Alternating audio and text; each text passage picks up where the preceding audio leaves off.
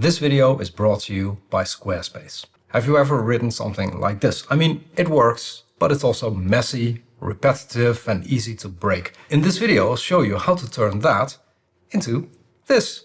No manual headers, no messy JSON, just clean, expressive code that feels native to Python. That is what an SDK offers. I'm going to show you a really cool design that works incredibly well. And you're not going to believe this, but it uses classes and multiple layers of inheritance. Blasphemy! Let's dive in. Now, in order to show you how to build an SDK like this, here's a simple fast API app that I'll use as a test backend throughout the video.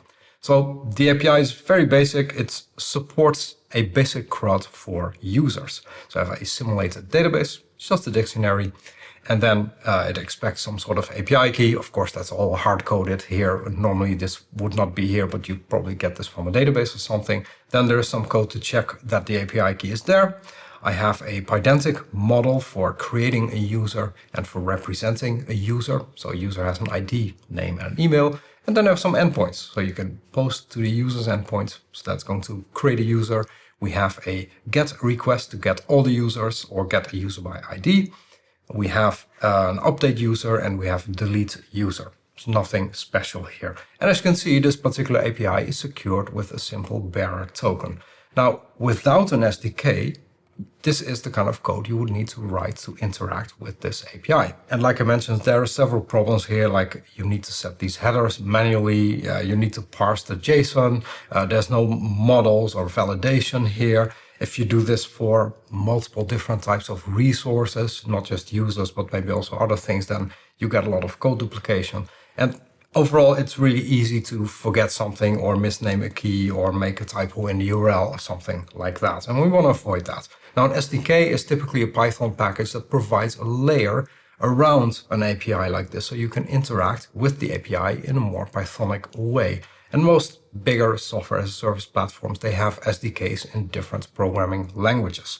And I use them all the time. For example, Stripe has an SDK that I use regularly to get customer or payment data from their API. I don't directly call the REST API, I use an SDK. And that's typically a better way of doing things. In this particular example, how would we get started with building an SDK? Well, one thing that you're going to need that is going to be very helpful is to have some model of the resource. In this case, that's a user. And let's use Pydantic for that. So from Pydantic, I'm going to import BaseModel. And then I'm going to create a class user, which is a subclass of BaseModel. And the user has an ID, name, and an email. And currently we say that email is a string. You could also use the email string type instead. That will be a bit more precise. Now that we have the resource class, we can add methods to that to make retrieving a resource easier. So for example, I could create a class method that's called find. And find is going to perform this call for us, the one that we have here. And then it's going to return a list of users for each of these user types. Not sure why my AI is generating that, but for now it doesn't matter. So now we have a find method. And we can even add a return type, which in this case is a list of users. Like so. Now, of course, we also need to pass a header. So what you could do to solve that is basically supply a token here. And then now when we do the GET request, then we pass this as a header. So now what we can do is we can use user.find, and then we can pass the secret, and then we can print the users. And we have now user objects. So let's see what happens if we actually run this code. So again, I have my test API here. I've started a simple server using UV core. And now let's run our example code and see what we get. And indeed, we get a list of users. In this case, there is a single user because this API that we have here has a database with just a single user. So this is really the core of what an SDK is. So instead of having to call directly endpoints like this, what we do is we supply a class with data, ID, name, email in this case, and we have methods that do the low-level operations for us. However, This is not really a great way to organize the SDK. The problem is that your API is typically going to have multiple resources. There may be users, there might be orders, there might be products, there might be other things depending on what type of SDK you're developing, right? And if we create a class like this for each of these resource types, then, well, we're going to need to add all of these methods. They're going to be almost the same, except for this little bit right here. There might be varieties in what it returns. Maybe we'll have to do some custom conversions. I mean, you never know. But that means we are going to have a lot of code duplication in this case. So then you might say, well, why don't we move all of those methods then into a separate client class, which kind of makes sense. But also there you want to be careful that you're not creating some sort of God API client class that has a get user, create user, update user, delete user, get invoice, update invoice, delete invoice, etc., etc., and 30 more methods like that. If you have a client class that looks like that, it's impossible to test that in isolation. It violates a single responsibility principle, which, by the way, is already an issue here because our user class is used to represent some resource, but it also has a responsibility of interacting with the API. So that already arguably violates a single responsibility principle. And on top of that, if you have big client class or a big user class, it's hard to document and maintain. Now, before I show you a much better way to do this, I'd like to take a minute to talk about this video's sponsor, Squarespace. Squarespace is an all-in-one website platform designed to help you stand out and succeed online. Whether you're just starting out or scaling your business, it gives you everything you need to claim your domain, build a professional site, grow your brand, and get paid all in one place. I've used Squarespace myself to launch websites for my businesses. And as someone who builds software and teaches software design, I really appreciate tools that are thoughtfully designed and just work. It's really easy to get started by using Blueprint AI, which generates a fully custom website based on just a few prompts. There are a ton of templates that all look really good. After that, it's trivial to add sections or change the appearance to your liking. And boom, you have a full professional website. Squarespace comes with integrated SEO tools, so you don't need to worry about optimizing meta descriptions or generating sitemaps. It handles all of that automatically. If you ever try to get a new dev blog or documentation site indexed properly, you know how frustrating that can be. With Squarespace, it's baked in. And with the built-in analytics dashboard, you can track traffic, engagement, and even revenue if you're selling something. Or you can use to figure out what landing pages are working and what needs to be improved. Whether you're building a site to showcase your portfolio or launch a software as a service that you just vibe coded, Squarespace makes it incredibly easy. Head over to squarespace.com/ArjanCodes for a free trial, and when you're ready to launch, use offer code ArjanCodes to save 10% off your first purchase of a website or domain. Now, back to the video. So the first approach that I want to show you is to build a simple, reusable, low-level HTTP client wrapper, where we are basically going to encode this type of behavior in it, without being too specific about the type of resource that we're dealing with. Here's an example of what a class like that could look like. So we have an API HTTP client class, so that's the low-level HTTP client. It gets a token when you create it, so you only set the token once. It has a base URL. In this case, this is a locally running API, but you could replace it, of course, with your own API.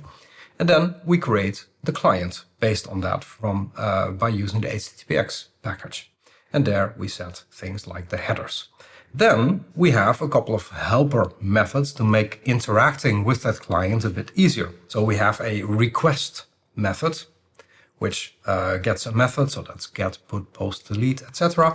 It gets an endpoint, so that's something that's being put after the base URL. And there's extra data, JSON data, other things that you might want to pass. Then it calls the request method on the client, and it returns the response. And then on top of that, I've created a couple of smaller helper methods that basically can do the most common HTTP verbs like get, post, put, and delete. And of course, you can add more if you wanted to. The nice thing about doing it this way is that all the low-level HTTP REST API stuff is now in this HTTP client. And at the same time, the client doesn't need to know anything about specific resources because it only deals with endpoints and URLs. What you can then do in the user class is, instead of putting all this low-level stuff in the find method, we can simply use the client. And this is what that looks like. So we have a new class method find, which doesn't get the token anymore because it's not needed. It simply gets a client. And then it uses that client to retrieve the users and then turns it into a list of user objects. So this already removes a lot of the duplication. Now, if you want to use this in your main script or notebook or wherever, then this is what you're going to need to do. You need to import the client, create an instance of that client, and that's where you pass the token. So this would typically be something that you read out of an environment variable. Here it's hard-coded just for simplicity. Then you can use the user base model to interact directly with the API. So we just call user.find. We pass the client as an argument, and then we get a list of users and we can print that. And when you run this code, you see that this actually works. Now it looks slightly different here because I'm printing each user individually. Of course, I can also just print all the users like so.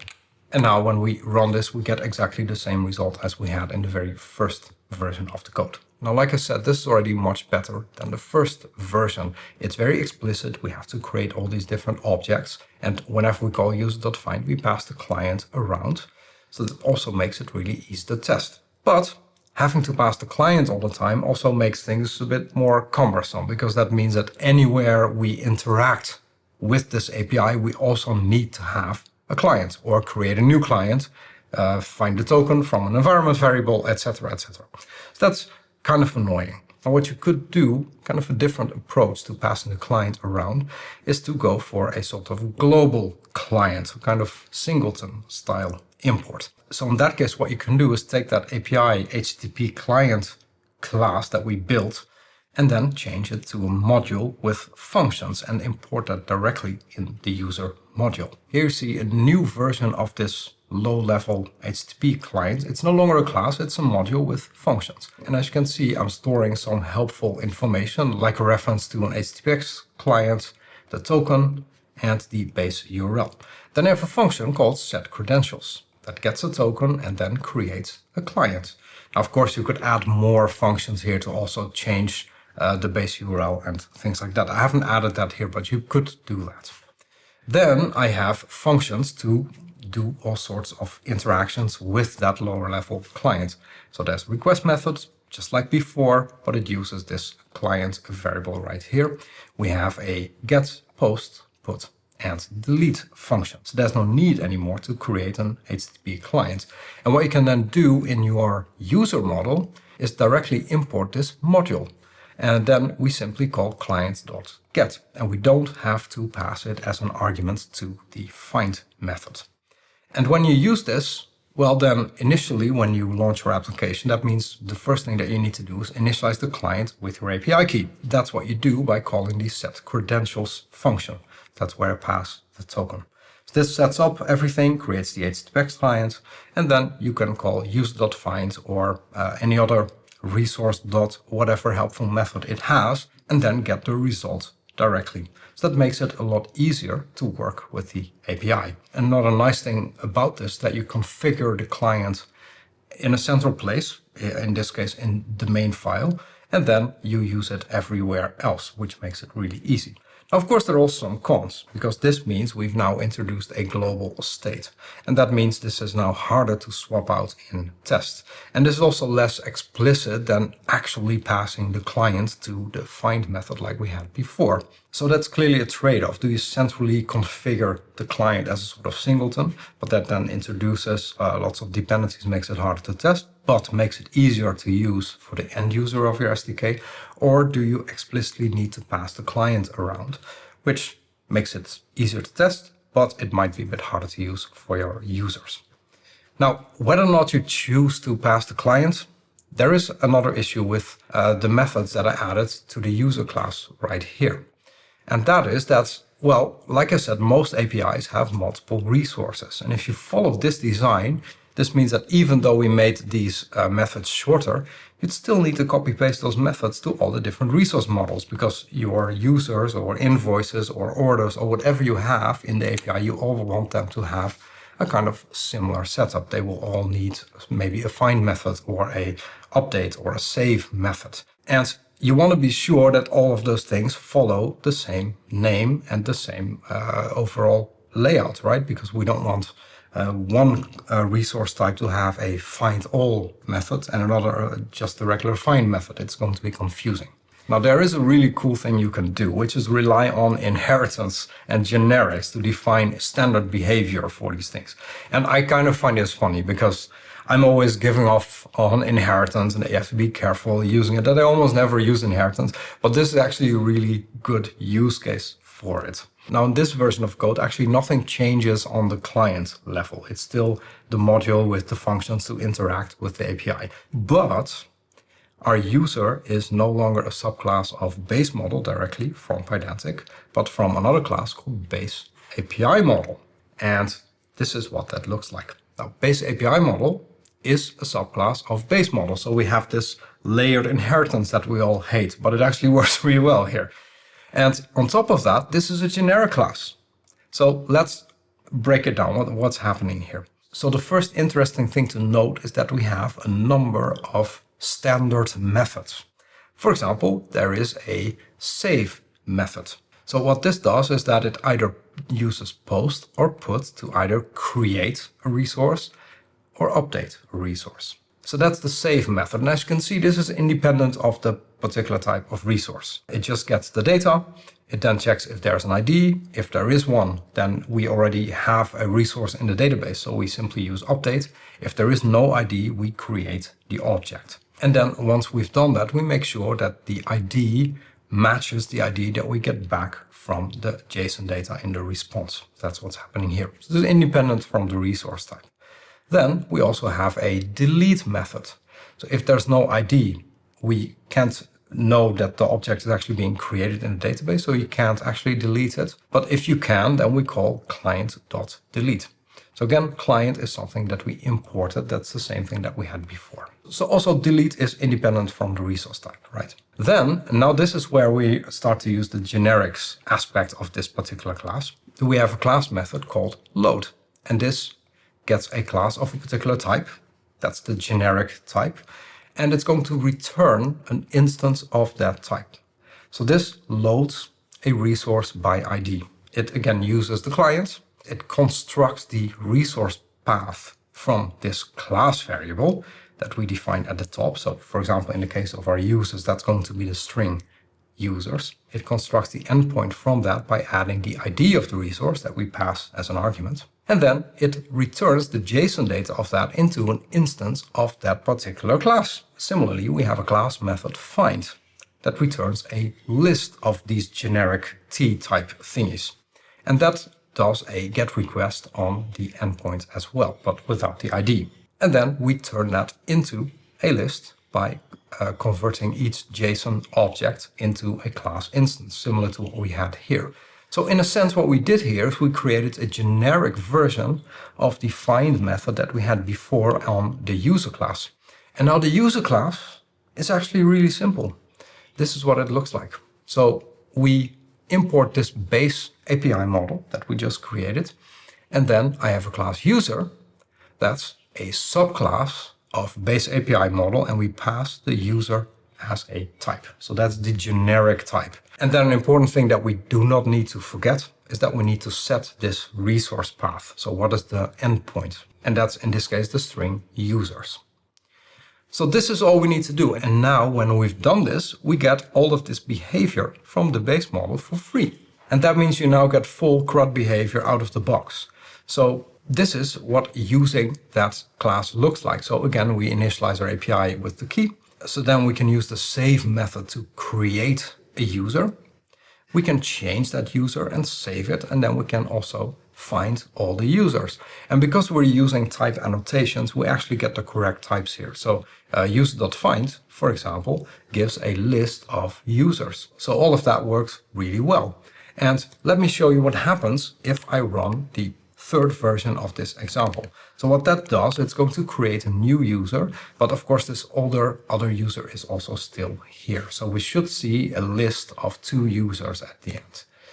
Well, there you go. We still have our first user that was in the database, but then we have the second user, which is this one, and that's the user Alice Smith with this particular email.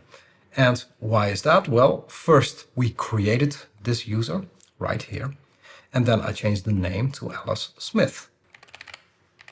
Let's create another user, and then let's change the email address to hi@ArjanCodes.com, like so.